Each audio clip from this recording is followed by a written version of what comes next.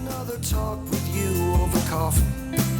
You always look so great, like a movie star framed in light, sweet perfume. Scott Nicol, I'm at Studio D. Thanks again for Colin Hislop Photography for allowing us to come to this beautiful studio. Did the first podcast, Studio D, with Debbie Campbell, her brand new album out. It's just out now. And I can't believe I've got my good friend Jeremy Levif, who's such a talented guy. We're going to talk all things kind of music and catch up. We've been good friends for years, but we actually haven't really seen each other for a while. So although we're chatting to camera, we're catching up.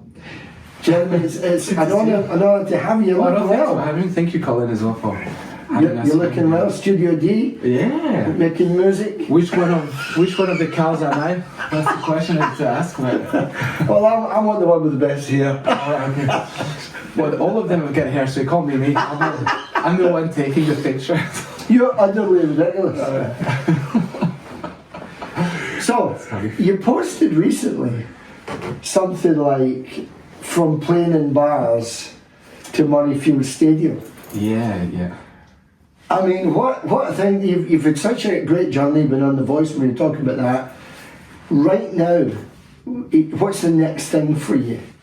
Musically? I know you've got the album Voila. Yeah, Voila, which is, I've got a copy here, so I don't know if you've listened to it, but hopefully you have. Great album, great songwriter. There's some, thank you, that's too kind. Yeah. There's like some, 12 tracks, and like some are in French, some are in English, so proud of how it came out and stuff, so but it was an experience, just releasing more music and just having fun with it, and not putting any pressure. I think obviously the Murrayfield thing, and which happened twice, which is like a blessing. But and are you doing that again? Did I see it? Not this year, not that I know. Hey, put them back up. Yeah, I know. It'd be nice. I think the first time it happened, it was for the France-Scotland game for Six Nations. I wonder if you were here actually, Colin, because do you like rugby as well? Yes, very much so. You tune on Scotland, I hope. But so it was incredible, obviously, to be, because obviously I love Scotland and obviously I love France, so it's such an honor to be there, for the game. And then they phoned me back to do Scotland Fiji, and again that was incredible as well. Especially it was night time, so the stadium was. So did you do your own songs? The first time I didn't, but the second time I did Home. That's a great song. That was one I was going to ask you about. Oh, well, I think when they phoned me, they said we love the song. I think it fits with the vibe of Scotland and the pride behind the culture. Yeah. So they said, can you include that song in the set? Was Home on Voila? Yeah, Home is on Voila as well. So that's track number 10. What was the name of the album before Voila? So the second album was called C'est la vie. So I chose names. I tried to choose names that make sense in French, but also phrases that we've heard in English and stuff. So obviously, if I make a fourth album, I don't know if there's another phrase. I need to think of another phrase, but still Ed Sheeran with the plus. Exactly. Who did it with the French? Although that's pretty cool. So what was the first album called? The first album was called Come Hail the Storm. So actually, is that the one with Barmaid? Yeah, that's still one of my favourite songs. Oh, really? That's cool. Are you allowed to tell what? Now that you're married, you're allowed to mention what that was. Did you know the story? You mentioned it, didn't you? Did I tell you? Well, yeah, I think it was. It's not. I think it is about an Italian girl that I met in London when I was. Song. Oh, thank you. 19, I think. And that was the first time I went to London, and this barmaid was Italian, and I said to her, you get a beautiful smile and stuff, and we just kind of. I was only there for 5 days or something, but we kind of hung out and stuff. Well, the reason I mentioned it because it's always been one of my favourites when you sang it. Thank you. Love it. And a couple of other songs that I really love is Out of Sight. What album's that on? That's the second album. That's C'est la vie. C'est la vie. Yeah, that's a song for my wife actually. I knew that, and I know Kirsty Welsh. Hi, Kirsty. And the wee bit. So get two lovely children. Yeah. Flora and Hugo. Yeah. So Out of Sight, that is a great song, and you were on The Voice at that time, is that right? Do you want to tell a little bit about why you were? Because that's a great song, you should check that out. Oh, yeah. Thank you. I think it was, I was. It was during The Voice UK, so I think it was 2020 when we were filming for. Yeah, or 2021. I think it was maybe 21, maybe 5 years maybe February or something. But I was in the hotel, and obviously I think it was for the semi-finals time, and I had my guitar with me, and obviously Kirsty was far from me, so I just started like fiddling around with the guitar, and then the riff came, and then obviously, you know, in English you often say out of sight, out of mind. Yes. And obviously, although Kirsty was not here, it was totally the opposite. Obviously, I was thinking of hers, obviously. So that's how it came about. And it actually it's funny because actually it's a song that Kirsty helped me write as well. So I remember writing the verses with her and like trying to come up with the melody and stuff. So now obviously I'm a good friend, but I'm speaking as a fan as well here. Closer, is that on the same album? Closer is on the third one, is on Voila, yeah. It's the last track of... There's a similar kind of storyline in Closer, is it not? To Out of Sight? Closer? Oh. That's a great song. Yeah, kind of, but I think Closer is more, I would say, fictional, or but maybe we've all been there, like when you fancy someone, but you know, you're kind of maybe friends with them and stuff, and you know you shouldn't... You know, you don't want to like kind of change the relationship dynamic into something more because you're scared of losing, like, you know, the person or ruining things and stuff. So that's why it comes about. Like Closer is like you can tell there's something going on, and you think, okay, I think we should you know, transform our relationship into more than a friendship and stuff. So are you writing pretty consistently, even if you've got your new album out? Are you thinking of the next one you're already writing for that? What is your, I know a lot of people get asked this, but what would be your kind of process in writing the song? Do you have a process? Yeah, it'd be interesting to know your process as well, see if it's different. I'm just going to say as well, what was your beautiful photography by Colin Hislop, photography on the cover. No, it's your process. I'm interviewed you. Process, I mean, it's, it depends on the song, I think. Often it starts with like the guitar or the piano, and I just start singing around, and like certain words come when you just sing, and sometimes it comes out of just like nonsense at the start, but then there's one word that comes up, and it kind of gives a direction to the song. Obviously, yourself when you start playing a chord progression, you can hear if it's sad or depends on the rhythm and stuff. So I think that influences quite a lot of the writing, but. Yeah, I start with the music first. I always like kind of do the same. Do you start with the words? Always words. But you play piano. I mean, probably most people see you with guitar. Yeah. But you're a good piano player. So do you find you write more on guitar or piano? Yeah, I mean it depends. I think it depends. Mostly guitar, I would say. Yeah. But there's a few songs on piano, like on the new album, like The Best Thing is a love song. It was like all piano based, or and I always try to play the piano on the tracks as well. So all the piano stuff. You're working with obviously a good friend of mine and Debbie's, because Debbie did her second album with Sam Gallagher. Shout out to Sam at SG Productions. Is it Sam? I know, because you're quite good production. You do a lot of production at home. Yeah. But it's just Sam you work with, is that right? Yeah, that's correct. So like the first, I've done all the albums with Sam, but the last two albums, so including Voila, I recorded everything at home. Right. And then I sent everything away to. So he just mix it? Yeah, he just mixes and like produces around. Obviously, embellishes the track. Like I love working with Sam because obviously it's become like we just chat over WhatsApp and like kind of exchange ideas and stuff, or fine tune the track. But for me, especially now having a family and stuff, and working full time as well, I don't have the time necessarily to go in the studio and record. And for the first album, what I found, I don't know if it's the same for you, but like it's so much pressure when you record a track in the studio, because you only have a certain amount of time to nail your take. Whereas in the studio at home, I've got the gear that makes it sound professional enough, but I can spend 4 hours on like just the vocals. Wow. So sometimes And his vocals are so good, he doesn't need sometimes I listen. So today I listened to the demo back of a new song that's coming out soon, and it's still like sometimes I think I must have spent 3-4 hours just on the main vocal. Wow. And then there's still one line I'm thinking that's not good enough. But, That's professionalism, isn't it?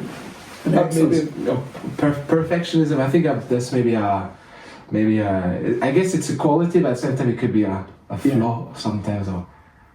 So I was going to ask you about Home. Yeah. We mentioned that, but No Tomorrow. I love that song. Thank you. Yeah. So tell the folks about that. How did that? No Tomorrow. How did you write that? It's a real bouncy song. It's a great song. I think it was during COVID, and I don't even remember how it came about. I think I just had the chord progression, but I just remember it being quite different from what I had reached, and then quite definitely more folky than I was more into the pop rock kind of vibe. And so at the first I was thinking, that doesn't sound like my sound, but then the more I played it, the more it grew on me. And then when I sent it to Sam, the way he kind of embellished the track, it I thought, I'm happy to defend the song. Reminds me a little bit of the same just kind of vibe as is it Avicii? Is that? Wake Me Up. That kind of or From Now On. Yeah, from now on, true. Yeah, from now on, That's from true. The Greatest Showman is a kind of The rhythm. The rhythm is very folk. And it's and two great songs that we've mentioned. Great. So you went to the Voice UK. Yeah. You got to semi-final. That's Well, I am. Yeah. Excuse me. And then you got to the final in France. Yeah. So, what would you say, as an artist, you've took away from those experiences? 'Cause I'm sure folk would love to know. Yeah.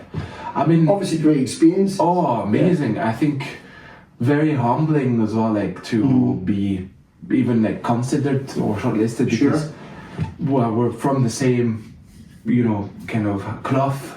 Cut from the same cloth where we play in pubs and we play close to the people. So obviously when we start, someone says, do you want to audition? The things is you kind of unexpected takes you into a different context. So very I didn't expect to be part of that kind of experience. So I was really there to kind of learn about get better at the craft and stuff. So I would say what I learned the most is more about my voice. I used to just maybe play,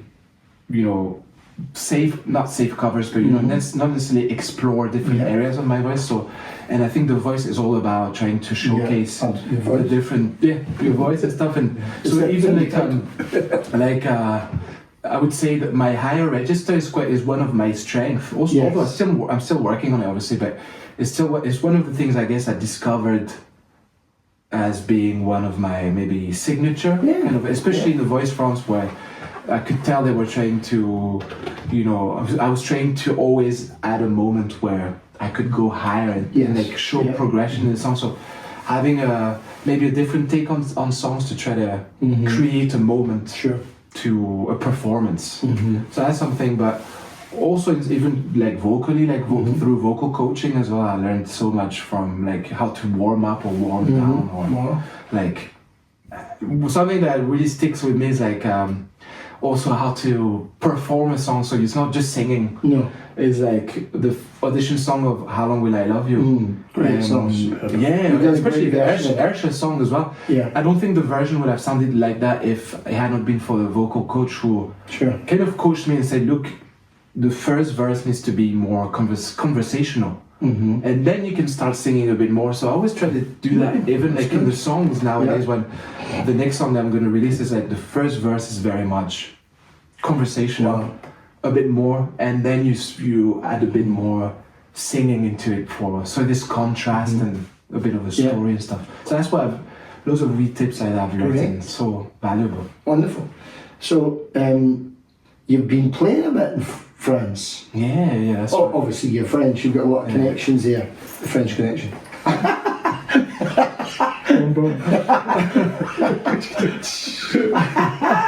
That wasn't planned. But you've been trying to set up your own gigs in France and London, and Yeah, I think so. What's the challenge? Obviously, that's Yeah. different than me trying to get a gig in Carmarthen. I know. I Must think, be a bit different. I think What's the the- challenges yeah. around that?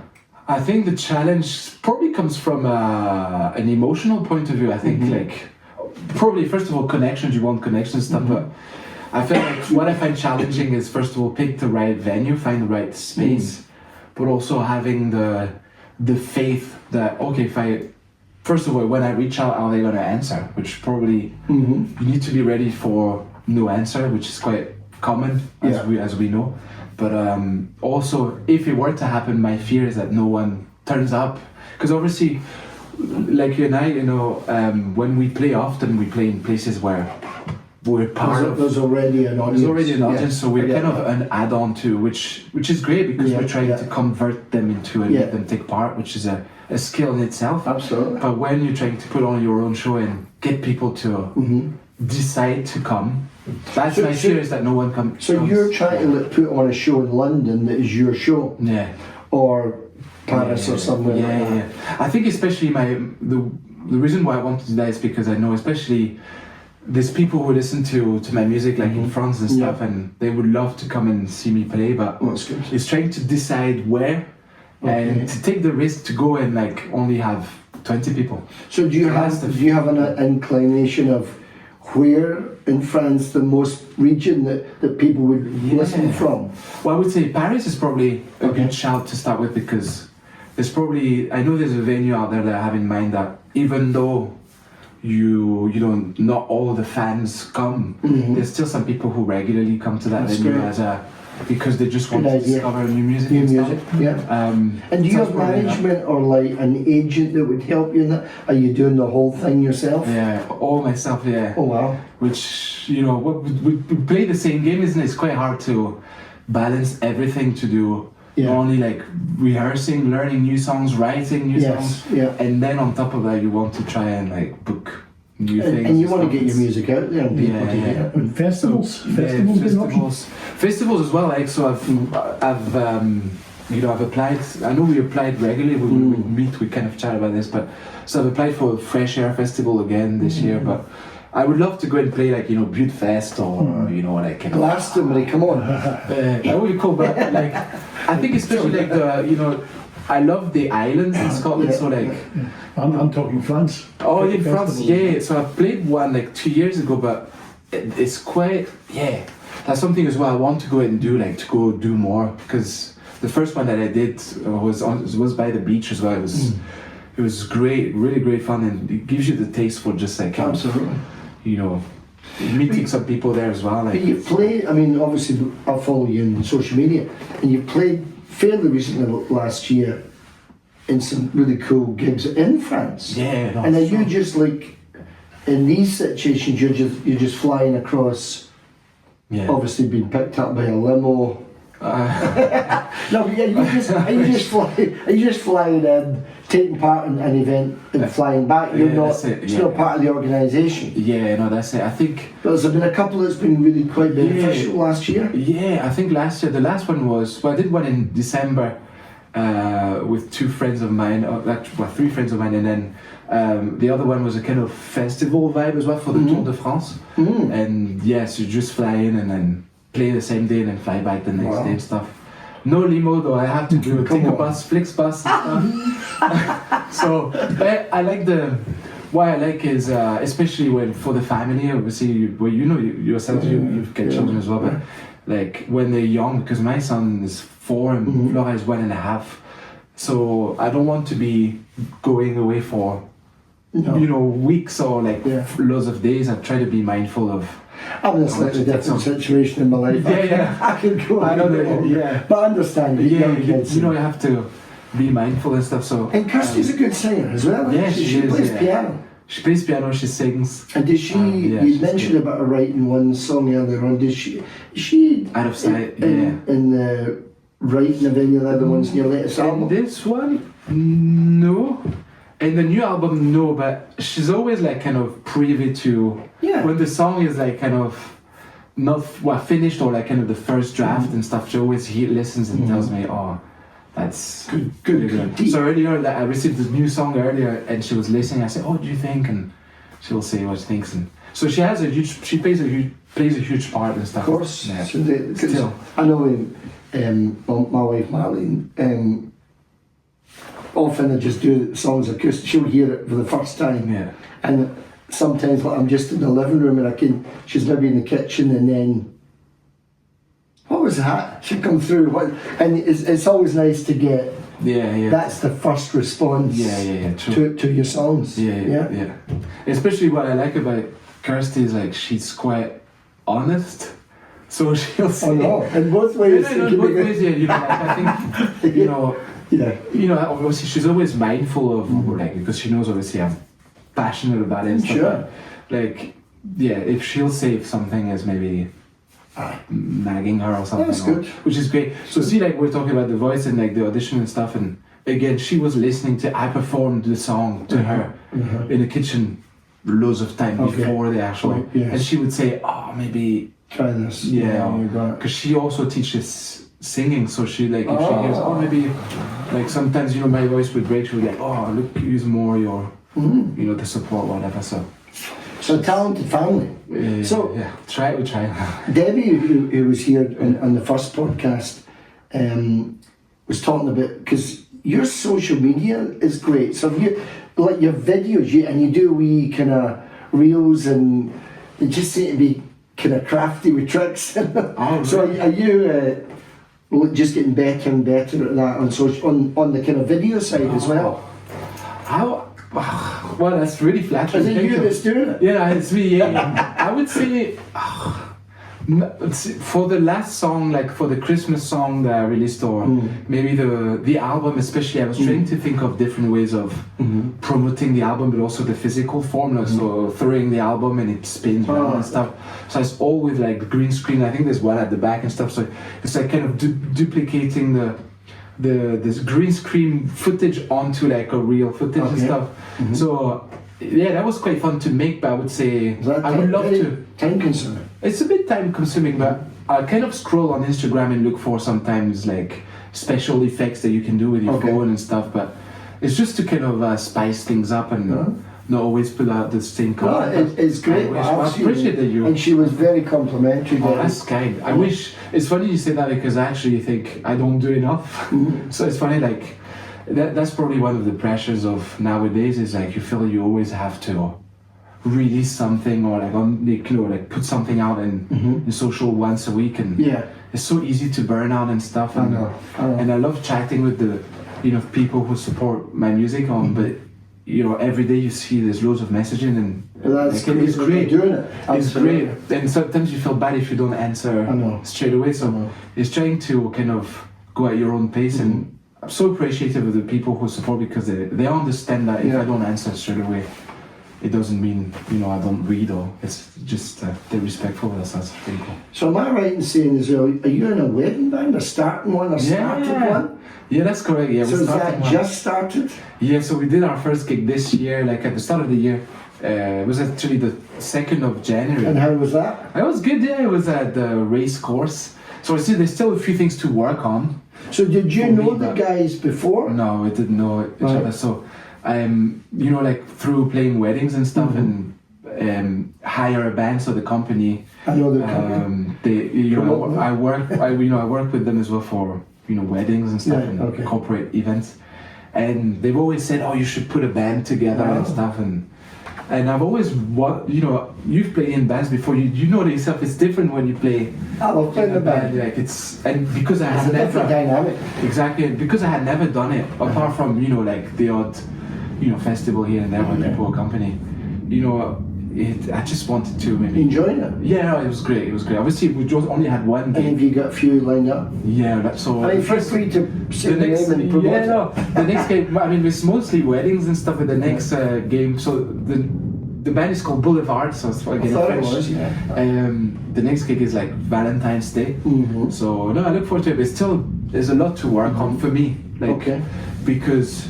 Yourself, see, when you play covers in bars and stuff, you could do your own spin on things, whereas here for the band we try to have it as per the original. Maybe change the key, but in terms of structure.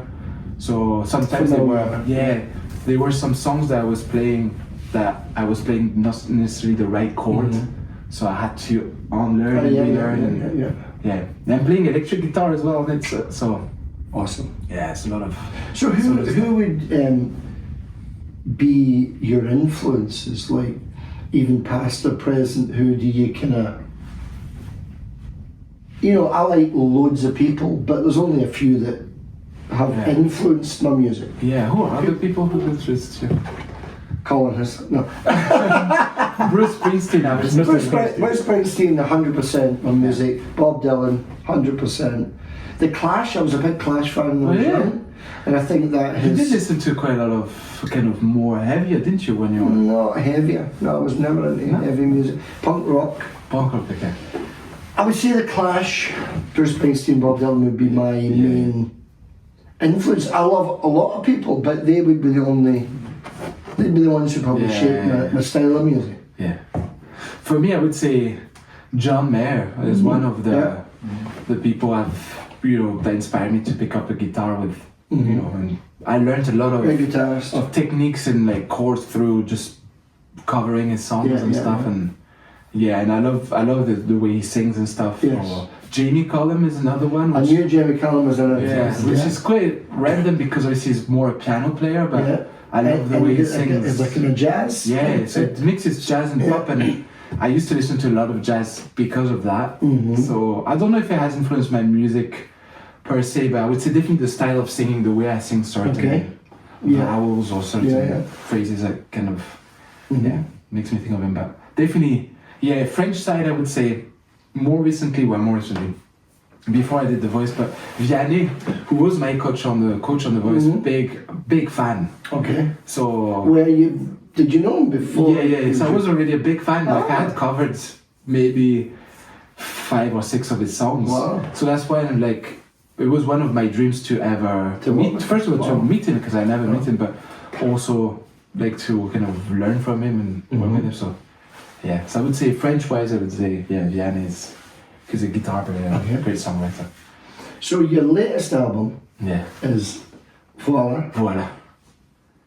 And obviously, so if people are just watching this and they didn't know you, where do they access your music? Where do they contact you? I'm assuming I know you're on social media, but feel free to just where people can get your album. Of course, so obviously everything. Your physical CDs as well? Physical CDs, so it's available on my website, obviously.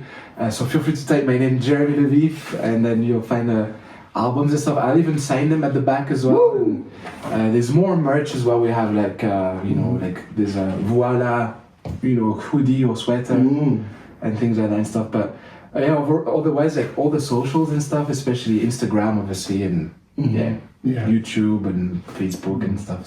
So what's next? So you look down to 2026. We've all got hopes and dreams. I've got them. What's your kind of hopes? Anything new that you're hoping for this year? I know that the wedding band has just started, but I mean more in your. I love original music. I love artists with a vision and a dream, and you've got one.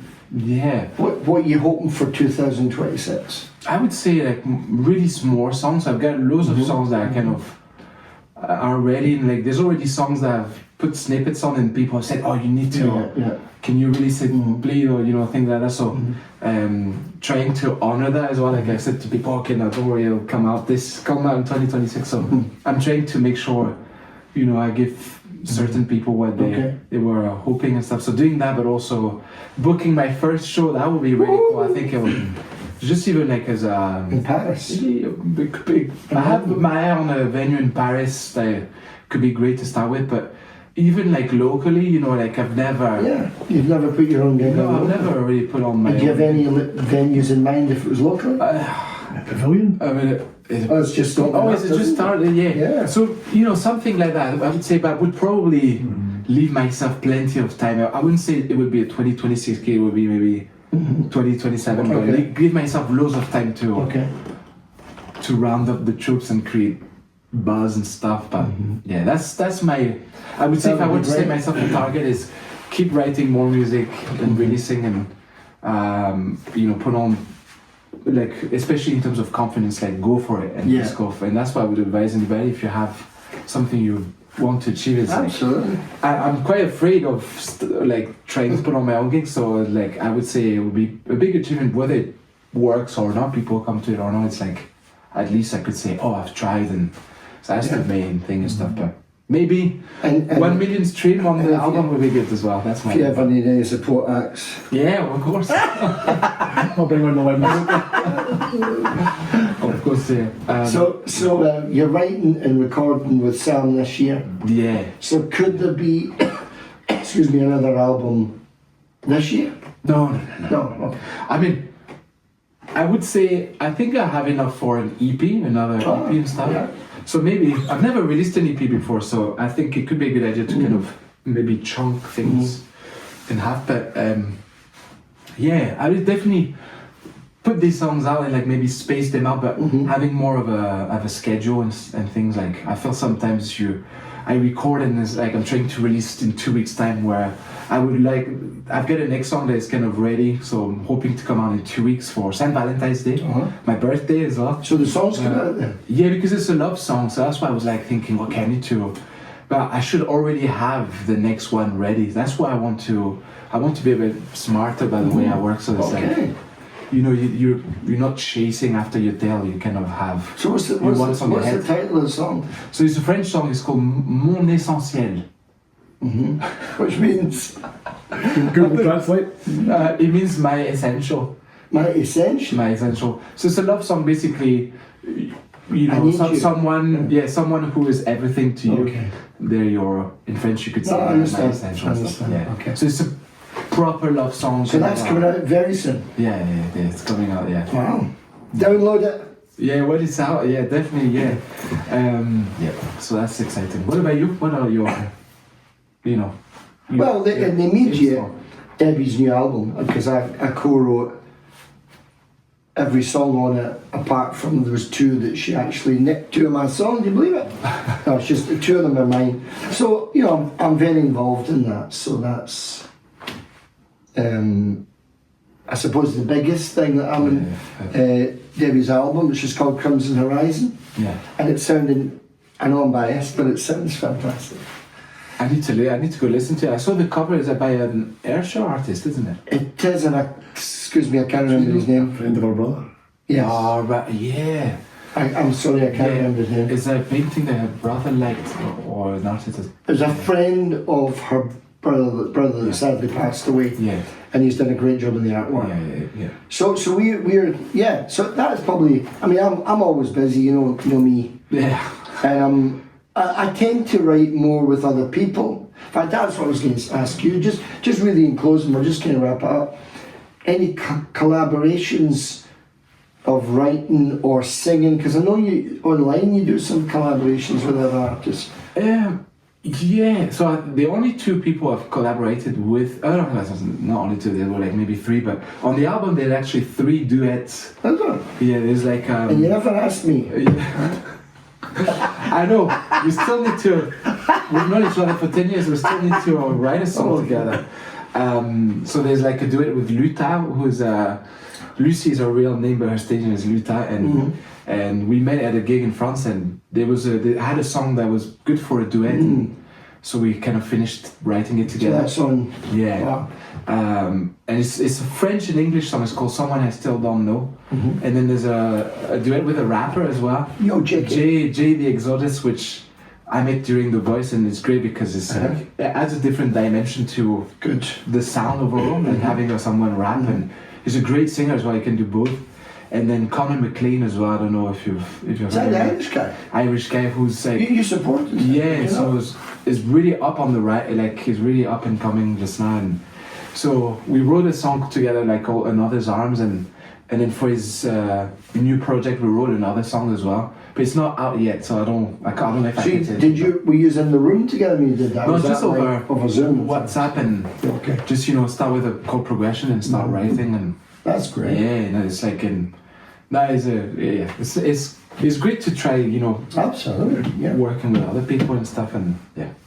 Well, listen, Thank you so much for Well, coming thank on. you for having me. Thank you, Studio D, for having me. It's been Studio great. D. And thank you guys for tuning in as well. So. Colin Hislop Thank you so Photography. Thank you, Jeremy Levif. Check out his music. He's a great guy.